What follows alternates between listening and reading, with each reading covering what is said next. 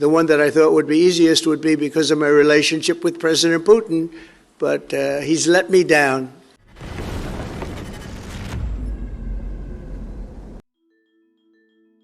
Ukraine's Special Operations Forces struck the base of Russia's 810th Guards Naval Infantry Brigade in the Kursk region. The Ukrainian Special Operations Forces Command reported on this, which also released a related video. The strike on the enemy's logistics hub took place during the night of September 18th. The footage from the released video, recorded by a drone, shows a series of hits on buildings used by Russian troops for their purposes. According to the Special Operations Forces, the strike targeted a storage base for supplies and ammunition warehouses, as well as a concealed site for weapons and military equipment of the Russian 810th Brigade. This Russian Naval Infantry Brigade, stationed in temporarily occupied Sevastopol, is actively involved in offensive operations in the North Slobozhanщina sector. The personnel of this brigade are implicated in committing war crimes, including the execution of Ukrainian prisoners of war. In December 2024, the Ukrainian Defense Forces neutralized the deputy commander of the 810th Guards Naval Infantry Brigade, who was located at a command post in the city of Lvov, the Kursk region. Cyber researchers analyzed a Special Operations Forces video showing the strike on the logistics hub of Russia's 810th Naval Infantry Brigade.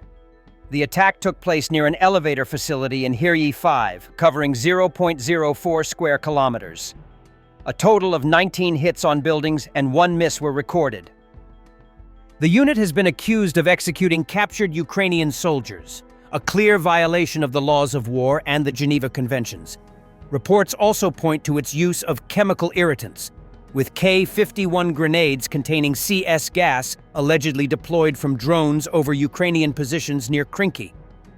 While Moscow presents these as riot control agents, their use in combat situations falls under prohibited methods of warfare. Ukrainian sanctions are working. Gazprom Neft has postponed scheduled maintenance at the Omsk refinery as part of government measures to stabilize Russia's fuel market, according to company head Alexander Dukov. Ukraine has stepped up attacks on Russian energy infrastructure in recent months, hitting at least 10 refineries since early August and forcing Russia to slash refining capacity by nearly 20% at one point, according to Reuters. Russia's pipeline monopoly, Transneft, reportedly warned producers this week that output could be curbed further if drone attacks continue to damage key facilities. Wholesale oil prices in Russia have surged amid the drone attacks. Russia's failure to make anything more than grinding incremental progress in Ukraine is causing discontent in the Russian war blogger community.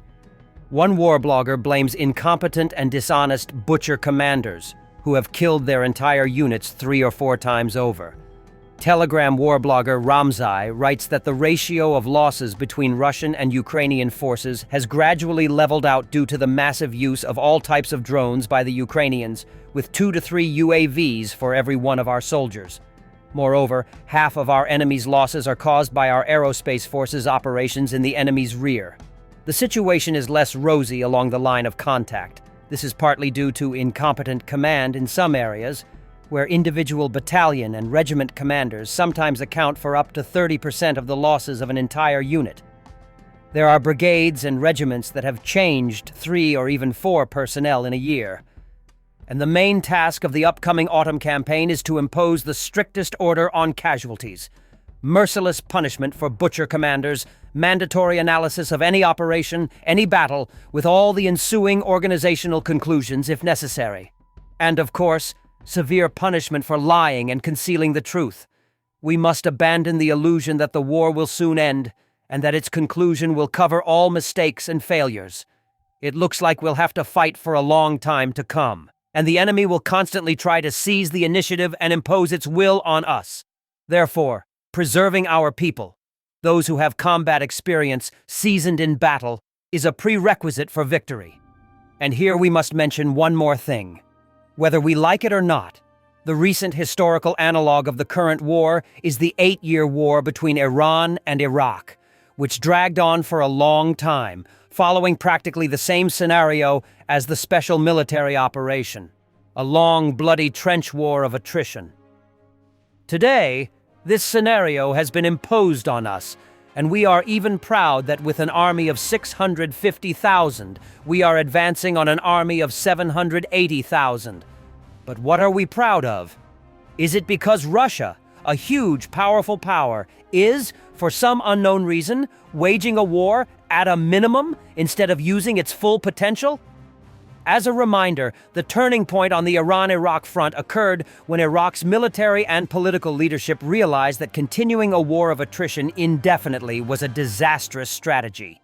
They decided to turn the tide by creating and deploying an elite force that would change the course of the war.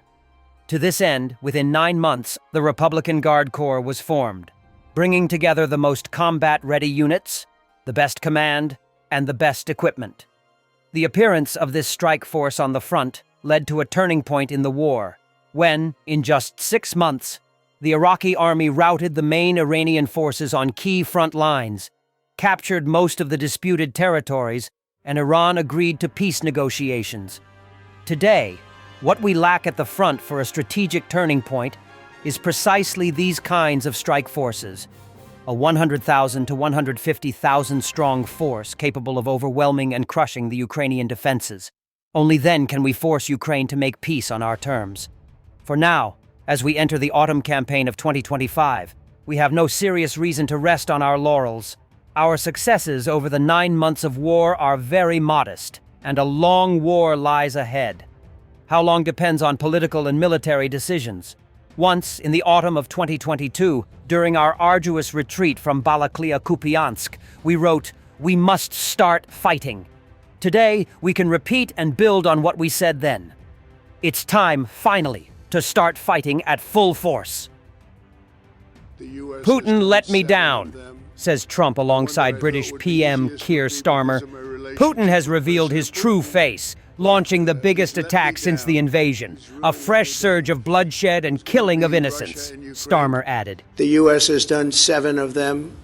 The one that I thought would be easiest would be because of my relationship with President Putin, but he's let me down. He's really let me down. It was going to be Russia and Ukraine. Regional Russian telegram channels in the south of the country continue reporting acute fuel shortages and rising prices. In Pervomaisk, the price of a liter of gasoline has skyrocketed to 88 rubles. The price of Al-92 gasoline rose from 54 rubles per liter to 80, and Al-95 gasoline rose from 59 to 85. 88 rubles between September 10th and 17th. Gasoline is sold in 10-liter increments and is being distributed selectively. My wife is 9 months pregnant, and there's no maternity ward in our city. We have to go to the nearest clinic in Arzamas, about 80 kilometers away. But there's no gas to get to Arzamas. People are forced to drive 80 kilometers to get gas. All types of motor fuel have become more expensive in Volgograd. This week, prices for all grades of gasoline and diesel fuel increased. AI-98 also rose after a long period of stability. Temporary interruptions in Al-92 gas supply in the Kaliningrad region. Authorities are monitoring. The country's fuel market is currently under pressure, which is also reflected in the situation in the Kaliningrad region. Addressing the concerns of regional residents, the governor of the Kaliningrad region held a meeting with fuel market participants. The meeting concluded that the region has sufficient supplies of all types of fuel, and the situation is under control. Minor delays in Al-92 gasoline deliveries from some suppliers are possible over the next week. Measures are currently being taken to promptly resolve this issue. Thanks for watching, and don't forget to subscribe. Also, if you want to support Warthog Defense, please become our member and get early access to new videos, exclusive members-only videos, and become administrator in comment section. The membership link is in the description. Every day. We had a guy last week, it's 6 rescues in 6 days. You know, he's doing the job every day.